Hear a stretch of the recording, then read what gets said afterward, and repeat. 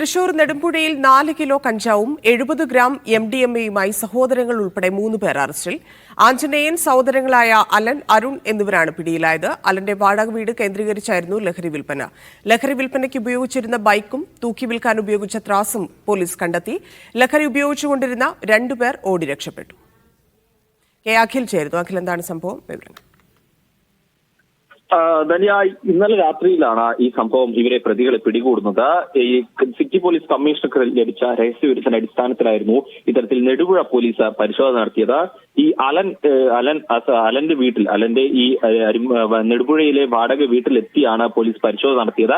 അപ്പോഴാണ് ഇത്തരത്തിൽ ഈ 70 ഗ്രാം MDMA-യും അതോടൊപ്പം തന്നെ ഈ 4 കിലോ കഞ്ചാവും പിടികൂടി. ഇതിൽ ഏറ്റവും പ്രധാനപ്പെട്ട കാര്യം എന്ന് പറയുന്നത് ഈ പ്രതികൾ ഇത് തൂക്കി വിൽക്കുകയായിരുന്നു എന്നുള്ളതാണ്. ഈ പ്രതികൾ തൂക്കി വിൽക്കാൻ ഉപയോഗിച്ച ത്രാസ് അടക്കം പോലീസ് അവിടെ നിന്ന് കണ്ടെത്തിയിരുന്നു. ഇവർ ഇവിടെ എത്തുന്ന സമയത്ത് പ്രതികൾ ഈ ലഹരി വസ്തുക്കളൊക്കെ തന്നെ, അതായത് MDMA ഒക്കെ തന്നെ ചെറിയ ചെറിയ പാക്കറ്റുകളിലാക്കി തൂക്കുന്ന നടപടിയാണ് ചെയ്തിരുന്നത്. ആ സമയത്താണ് പോലീസ് അവിടേക്ക് എത്തുകയും ചെയ്തിരുന്നത്. അപ്പോഴാണ് ഈ മറ്റ് 2 പേർ, അതായത് ഈ 3 പേർ ഉൾപ്പെടെ ഇപ്പോൾ നിലവിൽ പിടിയിലായിട്ടുള്ള ഈ ആഞ്ജനേയനും സഹോദരങ്ങളായ അലനും അരുണും അല്ലാതെ മറ്റു 2 പേർ കൂടി ഉണ്ടായിരുന്നു. അവർ ലഹരി ഉപയോഗിക്കാൻ എത്തിയവരാണ്. പക്ഷേ ആ 2 പേർ പോലീസിനെ കണ്ടതോടുകൂടി ഓടി രക്ഷപ്പെടുകയായിരുന്നു. അതിൽ അവർക്കുള്ള അന്വേഷണം പോലീസ് ഊർജിതമാക്കിയിട്ടുണ്ട്. ഈ വീട് കേന്ദ്രീകരിച്ച് വലിയ തോതിൽ ലഹരി വിൽപ്പന നടത്തിയിരുന്നു എന്നതാണ്. ഒപ്പം തന്നെ ഈ ചെറിയ ചെറിയ പാക്കറ്റുകളാക്കി പല സ്ഥലങ്ങളിൽ, തൃശൂർ ജില്ലയിലെ പല ഭാഗങ്ങളിലേക്കും ഇത്തരത്തിൽ ഈ വാഹനങ്ങളിലടക്കം കൊണ്ടുപോയി ലഹരി വിൽപ്പന നടത്തിയിട്ടുണ്ട് എന്നാണ് പോലീസ് കണ്ടെത്തിയിരിക്കുന്നത്. ഇവർ ബാംഗ്ലൂർ അടക്കമുള്ള സ്ഥലങ്ങളിൽ നിന്നും ലഹരി, അതായത് ആദ്യം ഒരു ലഹരി ഉപയോഗിച്ചു തുടങ്ങി, അതിനുശേഷമാണ് ഇവർ ലഹരി വിൽപ്പനയിലേക്ക് കടന്നത്. അതിനടിമയായി ലഹരി വിൽപ്പനയിലേക്ക് കടക്കുകയായിരുന്നു. ഇപ്പോൾ തുടർച്ചയായത് വലിയ രീതിയിലുള്ള ഒരു ലഹരി വിൽപ്പന നടത്തുന്ന നഗരപ്രദേശത്ത് നെടുപുഴ എന്ന് പറയുന്നത് തൃശൂർ നഗരത്തിന് അധികം ദൂരെ അല്ലാതെ ഉള്ളത് തന്നെയാണ്. ഈ ഒരു ജനവാസ മേഖലയിൽ തന്നെയാണ് ഇത്തരത്തിലൊരു വാടക വീട് കേന്ദ്രീകരിച്ച് ഇത്ര വലിയ തോതിൽ ഈ ലഹരി വിൽപ്പന നടത്തുന്ന ഒരു കേന്ദ്രമായി പ്രവർത്തിച്ചു വന്നിരുന്നത്. അതാണ് പോലീസ് കണ്ടെത്തിയിരിക്കുന്നത് തന്നെയാണ്. ശരി അഖിൽ. മൂവാറ്റുപുഴയിൽ 40 ഗ്രാം MDMA-യുമായി 3 പേർ എക്സൈസ് പിടിയിലായി. പേഴക്കാപ്പിള്ളി സ്വദേശികളായ ജാഫർ, നിസാർ, അൻസാർ എന്നിവരാണ് പിടിയിലായത്. സ്കൂൾ കോളേജ് വിദ്യാർത്ഥികളെ ലക്ഷ്യമിട്ടുള്ള വിൽപ്പനയ്ക്കാണ് MDMA എത്തിച്ചതെന്ന് എക്സൈസ് അറിയിച്ചു. ലഹരി വസ്തുക്കൾ കണ്ടെത്തുന്നുള്ള ഒരു സ്പെഷ്യൽ ഡ്രൈവ് എക്സൈസ് വകുപ്പിൽ പ്രഖ്യാപിച്ചിരിക്കുകയാണ്.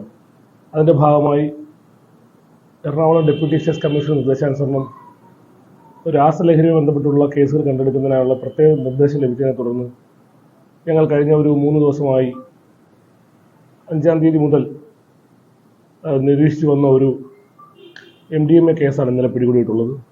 പ്രതികളിൽ നിന്നും 40 ഗ്രാം MDMA കൂടാതെ ഈ കാറും കൂടാതെ തന്നെ MDMA ഇവരുപയോഗിക്കുന്ന ഈ ഗ്ലാസ് റോഡുകൾ,